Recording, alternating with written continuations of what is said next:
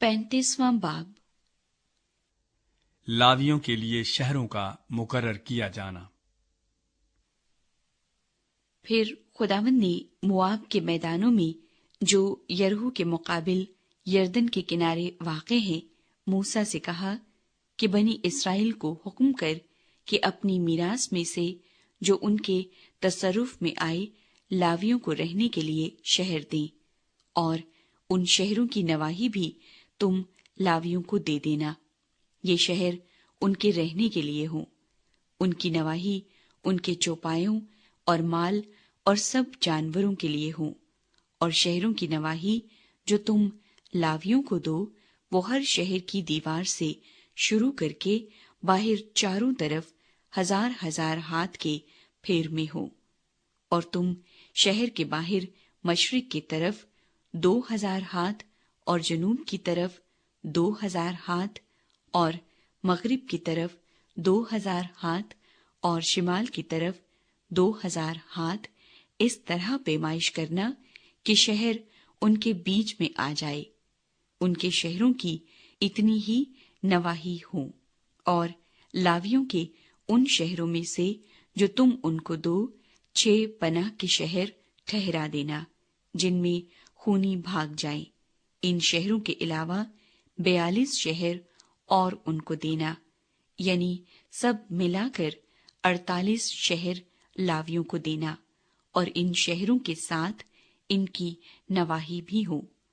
और वो शहर बनी इस्राएल की मीरास में से यूं दिए जाएं, जिनके कब्जे में बहुत से शहर हों, उनसे बहुत, और जिनके पास थोड़े हों, उनसे थोड़े शहर लेना।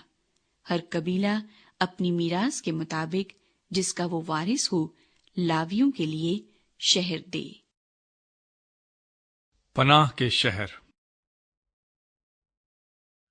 और खुदावंद ने मूसा से कहा कि बनी इस्राएल से कह दे कि जब तुम यरदन को अबूर करके मुल्क केनान में पहुंच जाओ, तो तुम कई ऐसे शहर मुकर्रर करना जो तुम्हारे लिए पनाह के शहर हों, ताकि वो खूनी जिससे सावन खून हो जाए वहां भाग जा सके। इन शहरों में तुमको इंतकाम लेने वाले से पनाह मिलेगी, ताकि खूनी जब तक वो फैसले के लिए जमात के आगे हाजिर ना हो तब तक मारा न जाए। और पनाह के जो शहर तुम दोगे वो 6 हों। 3 शहर तो यरदन के पार और 3 मुल्क कनान में देना।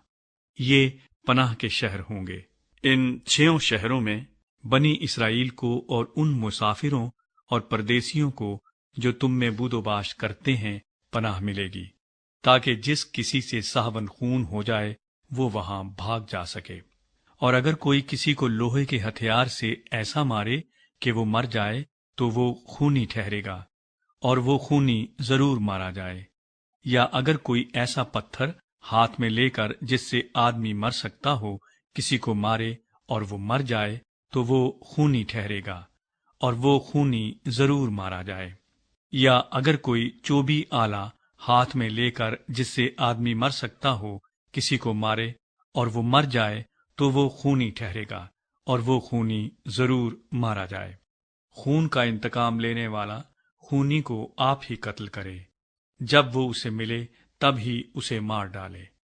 और अगर कोई किसी को अदावत से धकेल दे या घात लगाकर कुछ उस पर फेंक दे और वो मर जाए, या दुश्मनी से उसे अपने हाथ से ऐसा मारे कि वो मर जाए, तो वो जिसने मारा हो जरूर कत्ल किया जाए, क्योंकि वो खूनी है। खून का इंतकाम लेने वाला इस खूनी को जब वो उसे मिले मार डाले। पर अगर कोई किसी को बगैर अदावत के नागहां धकेल दे या बगैर घात लगाए उस पर कोई चीज डाल दे, या उसे बगैर देखे कोई ऐसा पत्थर उस पर फेंके जिससे आदमी मर सकता हो और वो मर जाए, पर ये ना तो उसका दुश्मन और ना उसके नुकसान का ख्वाह था, तो जमात ऐसे कातिल और खून के इंतकाम लेने वाले के दरमियान इन्हीं अहकाम के मुआफिक फैसला करे।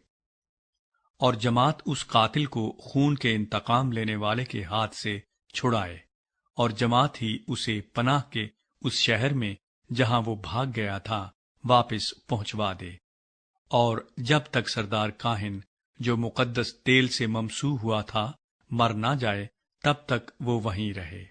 لیکن اگر وہ خونی اپنے پناہ کے شہر کی سرحد سے جہاں وہ بھاگ کر گیا ہو کسی وقت باہر نکلے اور خون کے انتقام لینے والے کو وہ پناہ کے شہر کی سرحد کے باہر مل جائے اور انتقام لینے والا قاتل کو قتل کر ڈالے تو وہ خون کرنے کا مجرم نہ ہوگا، کیونکہ خونی کو لازم تھا کہ سردار کاہن کی وفات تک اسی پناہ کے شہر میں رہتا، پر سردار کاہن کے مرنے کے بعد خونی اپنی موروثی جگہ کو لوٹ جائے۔ سو تمہاری سب سکونت گاہوں میں نسل در نسل یہ باتیں فیصلے کے لیے قانون ٹھہریں گی۔ اگر کوئی کسی کو مار ڈالے تو قاتل گواہوں کی شہادت پر قتل کیا جائے، پر ایک گواہ کی شہادت سے کوئی مارا نہ جائے۔ اور تم اس قاتل سے جو واجب القتل ہو دیت نہ لینا، بلکہ وہ ضرور ہی مارا جائے۔ اور تم اس سے بھی جو کسی پناہ کے شہر کو بھاگ گیا ہو اس غرض سے دیت نہ لینا کہ وہ سردار کاہن کی موت سے پہلے پھر ملک میں رہنے کو لوٹنے پائے۔ سو تم اس ملک کو جہاں تم رہو گے ناپاک نہ کرنا، کیونکہ خون ملک کو ناپاک کر دیتا ہے، اور اس ملک کے لیے جس میں خون بہایا جائے سوا قاتل کے خون کے اور کسی چیز کا کفارہ نہیں لیا جا سکتا۔ اور تم اپنی بود و باش کے ملک کو جس کے اندر میں رہوں گا گندا بھی نہ کرنا، کیونکہ میں جو خداوند ہوں سو بنی اسرائیل کے درمیان رہتا ہوں۔